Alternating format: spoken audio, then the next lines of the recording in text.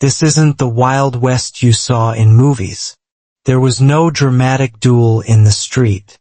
No crowd holding its breath. No final words spoken under the open sky. A legend did not fall standing tall. He died sitting down, inside a crowded saloon, surrounded by noise, smoke, and careless laughter, with his back turned, and no one stopped it. In the American frontier, legends were not born on battlefields. They were born in stories. Stories whispered across wooden tables. Stories traded for whiskey and half-truths. Stories that grew sharper every time they were retold. By the summer of 1876, one name carried more weight than most. Wild Bill Hickok. To some, he was a lawman. To others, a gunfighter.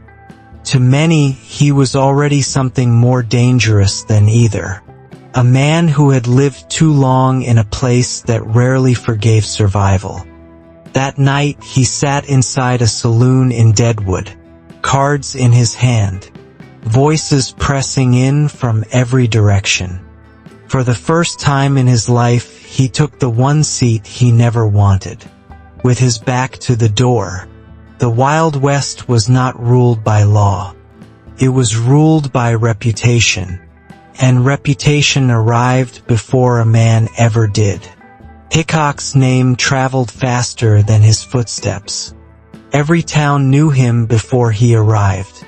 Every stranger studied him when he walked through the door. Some watched with admiration, others with calculation. They said he never missed, that he stared men down before pulling the trigger, that he could feel danger before it showed itself. But legends age. Hands that once moved without hesitation begin to slow. Eyes that once caught every flicker of threat begin to fail. And the West had no patience for men who outlived their myth. Hickok knew this. He had survived gunfights that should have killed him. Ambushes that left others buried in shallow graves. Years of violence that never truly ended. Survival taught him one thing above all else. Fame was not protection. It was a target. Outside the saloon, the town breathed the way frontier towns always did. Boots pressed into dirt streets. Horses shifted beside wooden posts. Men leaned against buildings, pretending not to watch one another. This was not chaos. It was balance. A balance built on fear, timing, and opportunity. The Wild West was governed by rules that were never written down. Rule 1 was simple. If a man could bleed, he could die. And if he could die, someone would eventually try. Once Hickok had worn a badge. Once that badge meant something. It meant authority. It meant order. It meant that violence came with consequences. But in towns like Deadwood, authority faded quickly. Badges turned into challenges. Names turned into rumors. Rumors turned into invitations. Lawmen did not bring peace. They brought attention. And attention was dangerous. Inside the saloon, the air was thick with smoke and heat. Glasses clinked.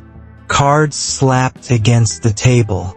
Laughter rose and fell without rhythm. Hickok sat quietly, his posture stiff, his movements controlled, his attention fixed on the cards in his hand. He had a rule: always sit facing the door. In the Wild West, danger rarely stood in front of you. Came from the side, or from behind. That night the room was full. Every chair was taken. Every corner crowded. Hickok hesitated. Then he sat down anyway. He had survived danger so often that it had begun to feel predictable. Violence usually announced itself. A voice raised just enough. a stare held too long, a hand drifting toward a gun. But real danger did not follow rules. Sometimes it arrived quietly. Sometimes it waited patiently. Sometimes it stood directly behind you. The man who approached Hickok did not rush. He did not shout. He did not seek attention. He waited for the right moment. When the room was loud enough. When the table was busy enough. When no one was watching. The gun was raised. Not in anger. Not in honor. Just certainty. The sound was sharp. Final. Wild Bill Hickok never turned around. Never reached for his weapon. Never saw his killer's face. The cards slipped from his hand and scattered across the floor. 2 black aces. 2 black eights. A hand that would become more famous than the man himself. The dead man's hand. In the Wild West, even legends died quietly. The body was carried out. The table was cleared. The saloon returned to its noise. Life moved on. Because the West did not pause for death.